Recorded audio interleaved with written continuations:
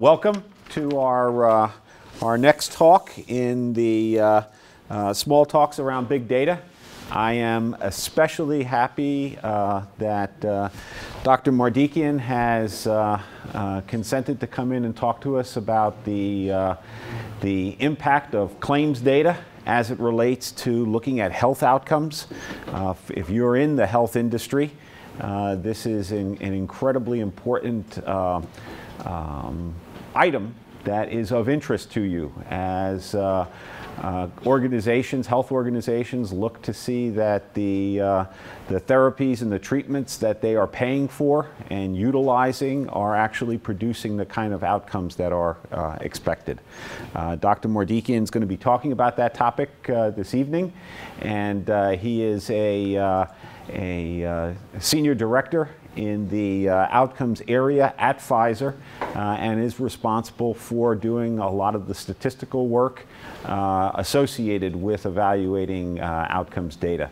So, and he's also a friend of mine and being a colleague of his when I was at Pfizer for a number of years.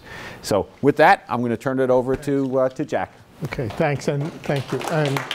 And so welcome, and obviously, you know, if you have any questions, if I use any terms that you don't understand, please, this is for you, and it's particularly for the students. It's particularly directed to the students. I taught last night at Rutgers. I teach a regression course, and I had 85 students. And so it's, you know, it's a much larger class than this. So private school is great. So here's an overview of my talk, and what I'm going to do is, you know, first I'm going to tell you what health claims data are, and I'll tell you where they fit in what's called the hierarchy of evidence. Talk about the key data elements from claims data, and I've got to convince you that they can be classified as big data. Some of you, I think most of you, are studying big data analysis, analytics, and so I'm going to try to tell you or convince you that this claims data falls in that category. What are the sources of these you know, claims data? Well, they basically come from what are called administrative claims data, and we have suppliers who go out to the various health plans and buy their data.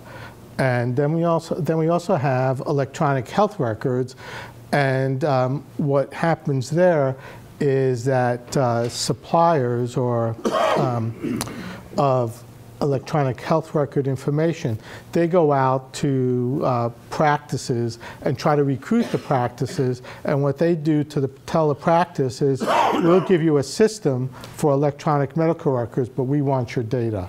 And so it's kind of a symbiotic relationship where the supplier of health records gets information, and then the practices basically benefit from automating their practice. I'll tell you a little bit about the strengths and limitations of health claims data. Since I'm a statistician, I'll tell you a little bit about the statistical considerations, and I hope to give you some examples right from Pfizer. So I am from Pfizer. I work in New York City. And I have to tell you that any opinions are my opinions and not Pfizer's opinions. If you've gone to a Food and Drug Administration talk, that's the first thing they say. So I have to tell you that they're my thoughts, but they're not Pfizer's, okay? What's the hierarchy of evidence? So for those of you who take any prescription drugs, basically your safety and efficacy has been proven by what are called randomized controlled trials. And in my world, I work in these observational studies, and so you see the hierarchy of evidence. The RCTs are the gold standard. If you want to question about the efficacy of a drug, you conduct a randomized controlled trial.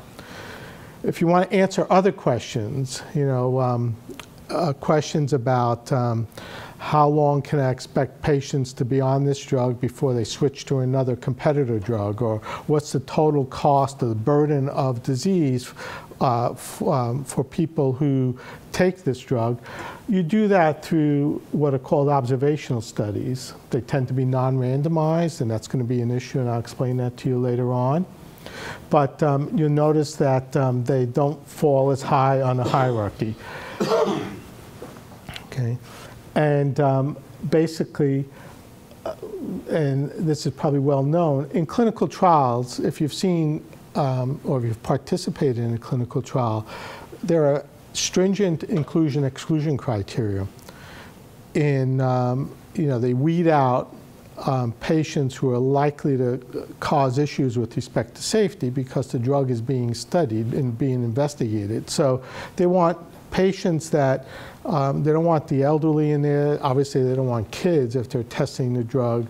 So they tend to be very homogeneous groups, and it leads to the applicability of the results. And you all know about the situations where a drug gets approved, then a few months later there's a safety recall of the drug because it's been exposed in a wider audience that did not participate in the clinical trials. And Pfizer has an example where our smoking drug, varenicline, Chantix, you may have known, or you probably have seen commercials on TV about Chantix. Basically, they excluded patients with depression in the clinical trials, and it's, when we started out there in the marketplace, patients with depression started having some safety issues with Chantix.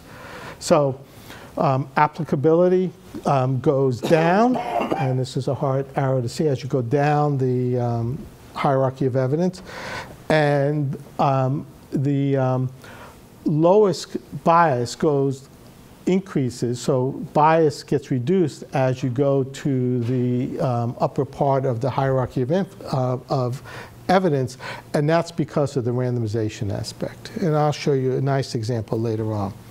So I work with what are called real-world data. What are the sources of real-world data? For the registries, so people who have kidney transplants, they tend to take part in what are called registries. What I deal with are administrative claims data, and it's considered real-world. The name itself tells you what it is. It's you observe the drugs or treatments in the real world, in real life situations. And over here, electronic health records, and so they're considered real world. We're looking at real patients who are coming in for treatment, and we look to see what doctors prescribe and how patients react to the drug that they're prescribed. In clinical trials, you have a protocol, and the protocol dictates to the prescriber what to do. The patients have to come back every 3 weeks. In the real world, patients don't have to come back, right? This is standard of care that we look at. And you'll see some of the complications that leads to in the analysis. So real world data, health claims data are really part of what are called real world data. What are the key elements that are found in health claims databases? And for me, all records are linked by de-identified patient ID. So for me, it's a 12 to 15 character string that makes no sense. In a clinical trial, you're patient number 1, you're patient number 2. For me, it's a 12 it's a long character string. And there's high sensitivity to providing data that can identify patients. So because of that, I don't get birth dates, I get birth year. I know a person was born in 1972, but I don't know what day of 1972 they were born. I get their gender. You notice I don't get their race. I get their geographic region, but I don't get their town, because then I can go theoretically to the newspaper in that town and look to see which patients were admitted to the hospital, and I can de-identify patients. So you get the geographic region, north, west, south, and so on. You get the enrollment start and stop dates. When were they in the plan? So these health claims databases are generated from people who belong to health plans. at Pfizer, I belong to United Healthcare. United Healthcare supplies claims data. So I can go in there and knowing what dates I fill my prescriptions, I can follow my, my records. I can just know by knowing what dates I fill my prescriptions. You have the health plan type, and it just emphasizes what the sources of these health claims data are. HMOs, health maintenance organizations, preferred provider organizations, point of service, and so on. You also know the place of service, and that's important, whether it's been in a physician office, whether it's in an emergency room, because that relates to costs.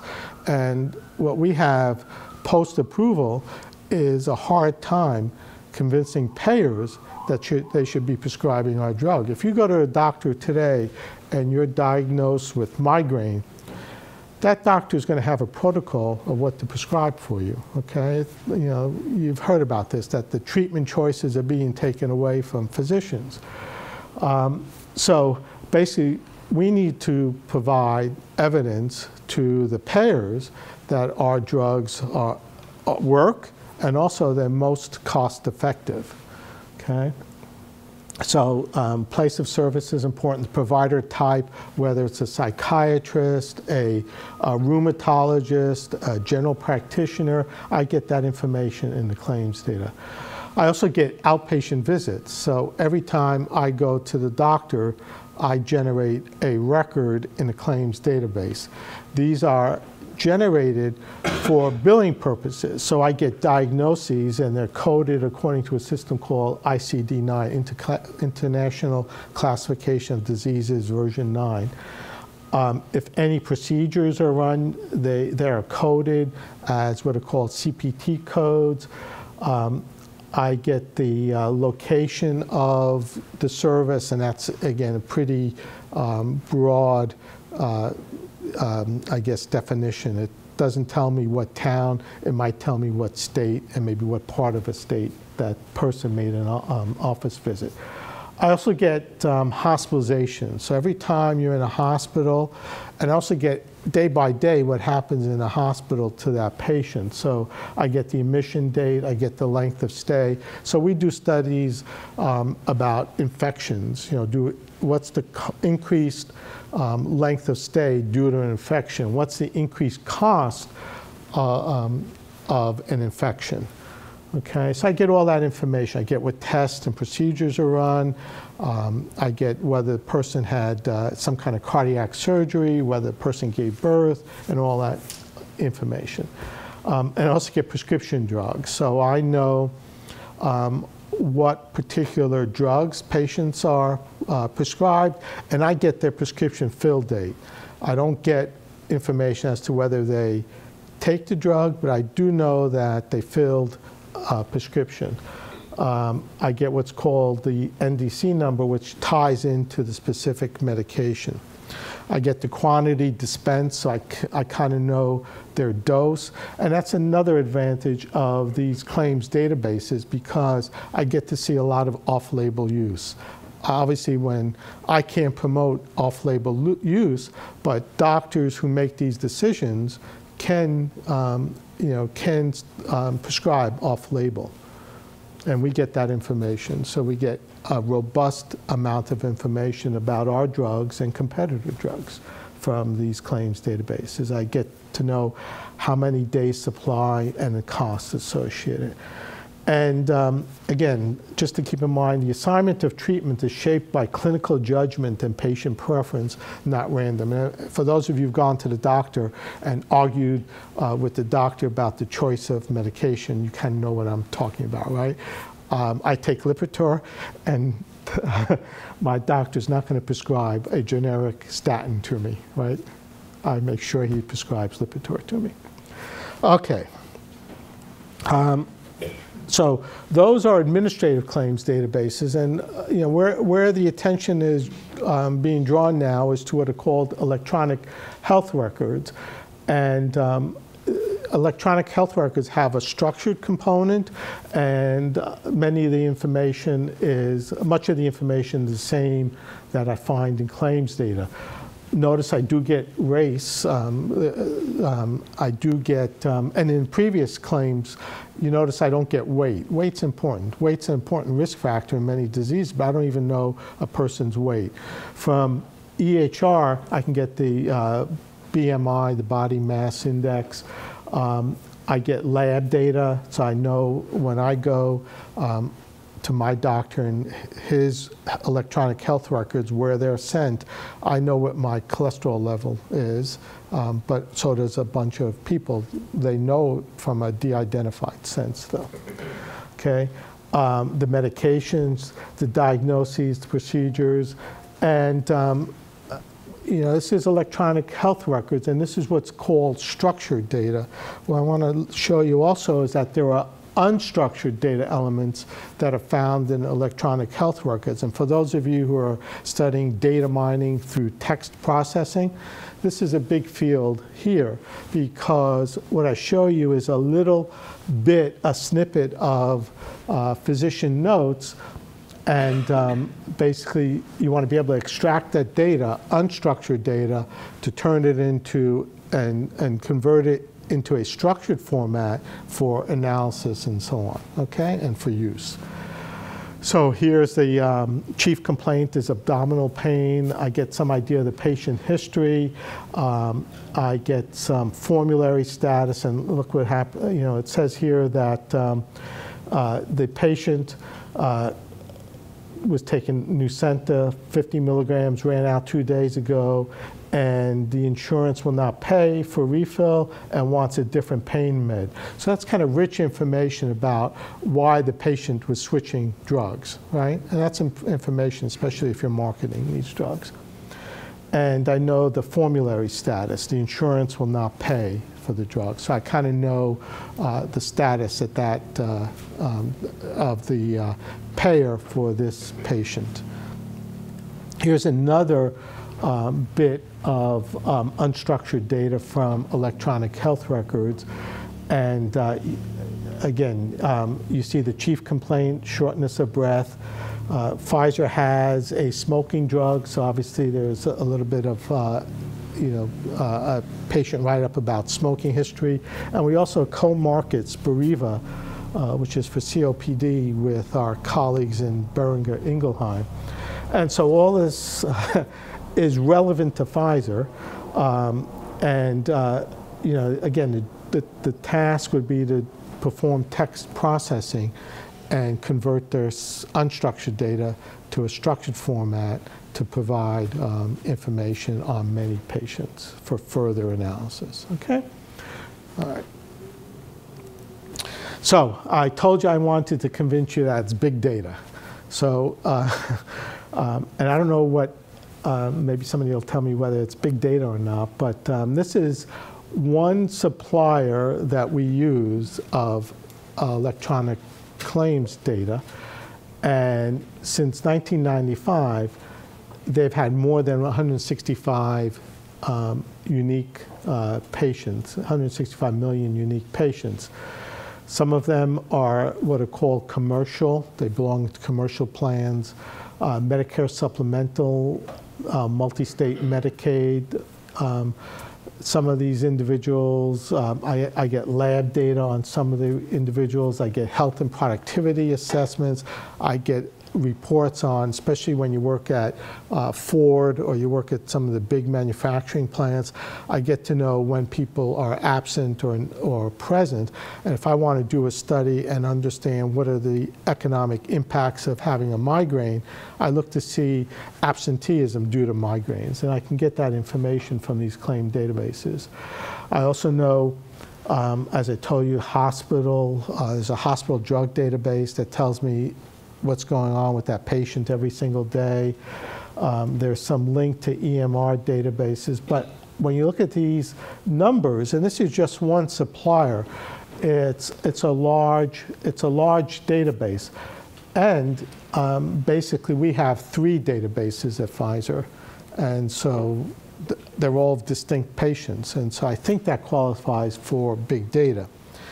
if that doesn't qualify for big data, then I think talking about this initiative at FDA, and why I talk about it is for the students, if you're looking for projects or you're looking for dissertations, this is a big area, and I'll explain it to you what it's about. So in 2007, Congress mandated to FDA to establish an active surveillance system for monitoring drugs using electronic health data from healthcare information holders. It's called the Sentinel Initiative. And part of that Sentinel Initiative is this OMOP, Observational Medical Outcomes Partnership. And what they want to do is define methods that can assess the feasibility and utility of using observational data to identify and evaluate associations between drugs and health-related conditions. And I'll explain that a little bit more. So why is it big data? Because basically these suppliers of claims data, you have Humana, SDI, GE, which is GE Healthcare. They supply electronic claims data. Thomson Reuters supplies claims data. They're the database that we license at Pfizer. They're all putting the data into a standardized format. So, you know, a large proportion of the United States who are taking drugs, prescription drugs, are going to be in this database. The database is you know, standardized, and then on top of that, the analytics is going to be standardized. So if you put out a drug, and you know, if they start seeing instances of GI bleed on that new drug that you just put out, there's a protocol because they'll have information on other drugs that have caused GI bleed and have known to cause GI bleed. They'll have a way of calibrating your drug with the drug. So there's going to be standard analytics, and this is I guess this is a big area. And you can go to the website, just look up OMA, and you know, try to get involved. There's committees, and you know, you can get involved. David Mardekian, who's the chair of the Columbia University Statistics Department, he's a member of this effort. And if you hear him talk, I think there's a lot of opportunity in this area. Okay? So analytical methods for active drug safety surveillance. So I think I convinced you it's big data, right? Does anybody think it's not big data? I mean, we use SAS at Pfizer, and you know, Chris knows that we have Unix machines, and some of our programs may take overnight to run. So I think that's qualifies for big data. So I'm going to talk about two designs that are frequently used in claims data, and I'll relate it to some actual projects. So this cohort study, basically what you do is you look at this cohort at risk, and the example I'm going to use is adherence counseling. Many of you probably don't realize is that even when patients are given a prescription, they don't fill the prescription. They don't take the drug that they've been asked to take to cure them, right? I mean, these are chronic diseases. I'm not just talking about an occasional headache. You know, I saw patients who have, you know, glaucoma being prescribed drug for glaucoma, and they don't fill the prescription for another year because they can't afford it, and so on. So adherence is really, you know, adherence, compliance with taking the drug. So there's a thought that maybe we can ask the pharmacists to do adherence counseling when they give the prescription to the patient. So that essentially is the exposure adherence counseling, and this is a cohort study. And basically what you do, and the pharmacist has some rules about who they're going to give adherence counseling to and not. It's not randomized. In a clinical trial, that would be randomized. Here, the pharmacist has some algorithms related to who should get the adherence counseling. And then we look to see whether here it's disease or no disease, but to me that would be, are they compliant, yes or no? So that's the example of a cohort study. Some patients get adherence counseling, some do not. And then I look to see whether the patients who are compliant the proportion of patients who are compliant or greater in the adherence. In other words, did the adherence counseling do anything? Did it make any impact? Okay? So that's a cohort study. There's and these are epidemiological definitions. There's also a case control study. And, you know, for me, and I just did a study with opioid users. So the population, we go backwards. We look at the population of opioid users. So I go into my claims database and look for patients who I know what the opioid drugs are. I look for patients who are taking opioids. And I look to see whether they have been diagnosed with opioid abuse. There's actually a ICD-9 code for opioid abuse. And then I have a control group. So I have my cases who are opioid abusers, and then I have my controls who are opioid users but not abusers. And then I go back and I look to see what are the predictors of opioid abuse. You know, did these patients have lower back pain? Whether they're exposed or not exposed, to me means did you have lower back pain or not? And I look at the incidence of lower back pain in the cases and compare it to the incidence of lower back pain in controls, and it helps me understand whether lower back pain is a predictor. And there are a lot of other conditions that go here. Okay, so what do claims data offer? You're starting to get a sense of what they offer. They're based on the real world. You can document the effectiveness of drugs in everyday use under a wide spectrum of clinical practice. I mean, that's a pretty powerful statement, and it's a pretty powerful use of claims data. You get a wide variety of patients. So FDA asked us to do a study of opioid abuse in kids. That's tough to do. So one of the things I did was to actually go to the health claims database and see how many kids were taking opioids and how many of them had opioid abuse diagnoses. You can't do that in a clinical trial. I could tell the FDA the potential population size just based on looking at the claims data. I tend to get patients who are in the system for a long time. So I can follow a patient for 5 years. You kind of know that clinical trials, most of them are short duration. I can follow patients for 5 years. So I can look at whether they've taken biologics for rheumatoid arthritis and whether that biologic has prevented or delayed a total hip replacement or a total knee replacement.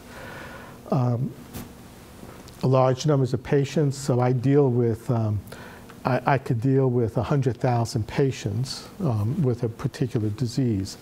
I have access to rare diseases, so I can look at hemophiliacs, I can look at kidney transplant patients, I can look at rare diseases and make some statements to the outcomes researcher.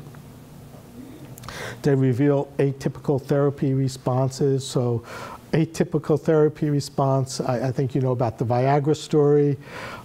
There's another one about the eyelash. You see it advertised on TV about the lengthening of the eyelash. That drug, that's actually a drug that was used to treat glaucoma. Bosentan, I think is its, no, not Bosentan, it has a different name. Sorry, but you can look at these claims data and get a sense of atypical therapy responses. And they help answer uncommon clinical questions. And we had a competitor who it was a drug, eye drop to treat glaucoma. And our competitor put a preservative in their eye drop, and that's fine. But what they did is they went around to doctors saying that because we did not put a preservative in our eye drop for glaucoma, we were causing excess eye infections. And what did we do? We went to the claims data and we looked for increases in eye infection, and we compared it to the eye infection rates for patients who were on our competitor's drug. And we were able to publish the paper. But essentially, you couldn't do that in a clinical trial, and the time it takes to respond is much shorter. Okay? What are their limitations? Well, they don't have information on lifestyle risk factors. I don't know whether the person exercises every day. Smoking is not available in the claims databases. It's available in the electronic health records. I told you I don't have their weight. So those are all risk factors. I don't have measures of disease severity. So I know the patient had diabetes, but how severe? I know the patient had migraines, but I don't know how severe the migraines were. I know they had pain, lower back pain, but I don't know how severe the lower back pain is. The accuracy of the disease diagnoses, the claims data exists for billing purposes. So when I go to a dentist, I had gum surgery many years ago, and he keeps putting down gum surgery as or whatever the cause of the gum surgery, as the diagnosis, and the only reason he's doing that is helping me out with respect to the payment by the insurance company, right? So, claims data exists for billing purposes, not for research purposes. The reason for writing a prescription is not provided. So we want to know, are patients who are taking our oncology drugs stopping because they can't tolerate the adverse events, they can't tolerate the toxicity of the drug, or is it because of cost? And we don't know those. We have to ask our key opinion leaders, but we don't have hard evidence. So reason for writing prescription is not provided in the claims data in the EHR as it is. I don't know about over-the-counter use, so aspirin. Aspirin, if you're studying cardiovascular disease, you really want to understand whether the patient is on aspirin. So I only get prescription drugs. And generalizing to the population is a little bit difficult. It's not as difficult as randomized controlled trials, but our health plan members representative of the population. And just recently I was asked a question about what are newly diagnosed type 2 diabetes patients getting? And I was able to answer the question, and they want to know, what are they switching to? What's the duration? How persistent are they in filling their prescriptions? And the person I gave the results to didn't believe it because they had a different idea of what it was in the population. So again, health plan members, do they really generalize to the population? And there's an issue with what are called confounding observed and unobserved. Observed or measured things like gender, age, what else? Weight, but I don't get that information. Unobserved is prescribers thinking about a particular drug, right, and making a decision to treat a patient with a particular drug. So there's what are called confounding. There's no randomization. So patients are being assigned drugs because it's the standard of care, and that standard of care happens to be defined by that physician that practice. Okay, role of randomization, and so randomization is great because it basically balances both observed and unobserved confounders. The approach is, well, being a statistician, when you have observed confounders, you do matching, so we try to match patients with respect to gender, age, region of the country, health plan type. We can do what's called propensity score matching, and that's basically a little bit more sophisticated technique. It's logistic regression, and you run the propensity to treat on some covariates, and you match patients according to their propensity scores, and then you do model-based approaches, and you just adjust for different covariates in the model. Unobserved confounders, there's this new technique borrowed from our economics colleagues, and it's called instrumental variables. And you want a variable that's highly correlated to treatment, but is not associated with other confounders, as has no direct effect on the response variable. And one little example that is known is if you're looking at adherence, a instrumental variable might be the prescriber preference in a preceding year. And if you think about it, it fits the definition of an instrumental variable. So I'm just going to give you some examples. And this first example is a real live example. It's real data. And it's a retrospective cohort study. I had 2 years of data, and I reviewed the 2 years of data for cases. And basically, I was looking for patients on statins, whether they're on drug A or drug B. You know, Pfizer makes Lipitor, it's now generic, and the other drug was simvastatin. We were looking for new users. So they were drug naive drug class naive for 6 months. So these are patients who are probably newly diagnosed with high cholesterol, and the index date was the first fill date. And you can see the number of cases I found. And it's, one group had 66,000, the other group had about 17,500. And the outcome was CV event. And we want to be able to show that basically our drug relative to a competitor has a smaller number of cardiovascular events associated, right? That's a good thing to claim. So we had some information available on these patients, gender, previous CV event, and you kind of know that if you've had a prior MI, you're more likely to have another MI than somebody who didn't have an MI. And we had some comorbidities, and basically, if you do the unadjusted logistic regression model, basically what I want to show you, the unadjusted treatment odds ratio is 0.643. That means basically our odds of having a cardiovascular event was 36% less than our competitor. And if this was a randomized controlled trial, everybody would go home and be happy. But we know about confounding, and this was our drug versus a competitor. The competitor's drug was already established, so we think that competitor was getting the sicker patients, right? And so they're more likely to have cardiovascular event because they're being prescribed the drug in sicker patients. So we need to balance. We need to adjust this this odds ratio, and when you do the adjustment,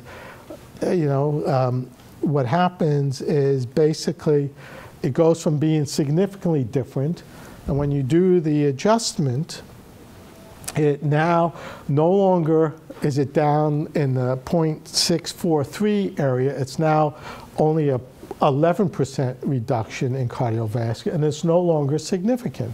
So, and we adjusted for prior CV events, gender, age, whether the person was on Plavix, and that's not the mouthwash Plavix, that's the drug Plavix, whether they had hypertension and so on. So basically, this shows you what confounding does, and and it kind of again illustrates the importance of randomization in estimating effects. And again, it's a struggle working in the observational big data space, and that's because our clinical trial colleagues, they make fun of us, right? They don't think our results are real because of the randomization. I do want to show you one example from Pharmetrics, and they're a supplier. IMS is a supplier of health claims data, and basically it had to do with labeling of drug. And so a manufacturer portfolio had a market-leading neuroleptic medication for serious mental illness, and it started seeing some case reports with the use of this medication at onset of metabolic events. So metabolic events, weight gain, you've heard of the metabolic syndrome. Basically, it's not good. And so, this particular company wanted to acknowledge the risk, but, really felt it was a class effect rather than their particular drug. So they went back, got some claims data, and sure enough, the claims data show that really the rates of all drugs in this class were basically the same. Multivariate analysis conducted to ascertain relative risk, and the findings were packaged in the submission to the FDA, and resulting in a label change, but it was for all products in the class. Okay, and that is I guess that's a big deal, because when you get the FDA to pay attention, that must mean something. It must have some value. Okay. And then I'll give you some other, you're doing, I know I saw a book in Chris's office related to CART, data mining. We do data mining, and basically I work with a professor from Rutgers who has a nifty little routine in R that finds subgroups of patients and optimizes the difference between the patients in those subgroups with respect to a variable. So we were just looking at, tell me where our costs are much lower than our competitor. To find that patient subgroup, we could hope that that subgroup is large, but we just want to know what subgroups, and we use this classification regression tree technique to find that subgroup of patients. Our research unit at Pfizer, they're starting to get wiser, because their goal is developing drugs, but they also want to develop drugs that make a difference on the marketplace and to patients. And so basically they're starting to ask questions. They're working on a diabetic drug. How many patients take this drug? When do they discontinue the drug? And they're starting to ask these questions to help them design their drugs better. So it's actually a good thing to see. It's actually moving back into the research unit. And I've provided health claims information to our colleagues who design randomized controlled trials to help improve their protocols. Some of the protocols on rare diseases, they have no information about what to expect. Claims data helps fills in some gaps for them. And then for students, I just want to make sure, I'll give Chris the slides. I think they'll be posted, right? I think you've chosen the correct field. For those of you who are dealing with big data, it's Money Magazine. It's the third best job in America, is this, working with, big data. And it has a nice small little article about data scientists. So I think you've chosen the correct field. And thanks for your attention, and I'll handle any questions. And here's my email, by the way. So if you have projects, I can also give you some public sources of data. You may not know this, but the web is full of data sources that are government supplies. So there's something called NHANES, there's something called NHIS, the National Hospital Inpatient Sample. And I just use that data set to show what the increased mortality is due to a special kind of infection from hospitalizations. Yes? Yeah, so when you talk about open, that OMOP initiative, that's meant to be very transparent. Yeah, so, there are companies, part of that, transparency is there. So tell me another application of the open data that you're thinking about. You know, the HIPAA. Have you heard of HIPAA requirements? Yeah. So, you know, one company wouldn't let us link claims data with hospital data because of their concern about privacy. And when I tried to understand better, it boiled down to the fact that they were worried that I can open up a newspaper and find out a patient was hospitalized due to a car accident, right? And I may then find that patient in my data, and I know the name. Those were the things they were concerned about. So, you know, privacy, even with the suppliers of electronic health records, you're not going to get all the information that completely, you know, that would basically lead towards identification of patients. So that's a big, it's a big topic in healthcare. So individual patient data is sacred. Yeah.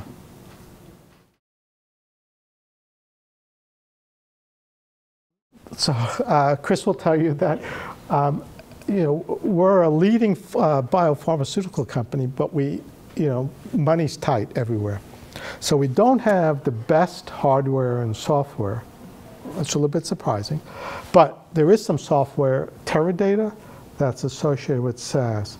And so, you know, there is some movement towards use of Teradata, and I've seen some of the queries that used to take a day now run an hour. Are you so giving the data to SAS to crunch for you? Or? No, so the Teradata works with SAS, and they're coming into Pfizer, and they're working with us, and they're working with the data that we have. But they're working at Pfizer. Thank you, Jack, for a tremendous presentation.